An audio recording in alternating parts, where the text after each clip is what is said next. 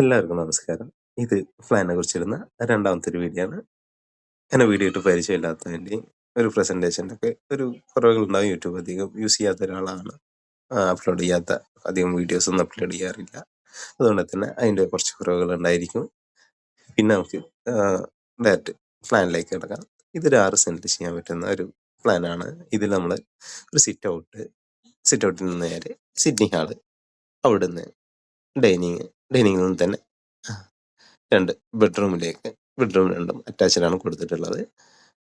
പിന്നീട് ഒരു കിച്ചൺ, ഒരു വർക്ക് ഏരിയ, ഒരു ഔട്ട്സൈഡ് ടോയ്ലറ്റ്, അങ്ങനെയാണ് സിമ്പിളായിട്ട് ക്രമീകരിച്ചിട്ടുള്ളത്.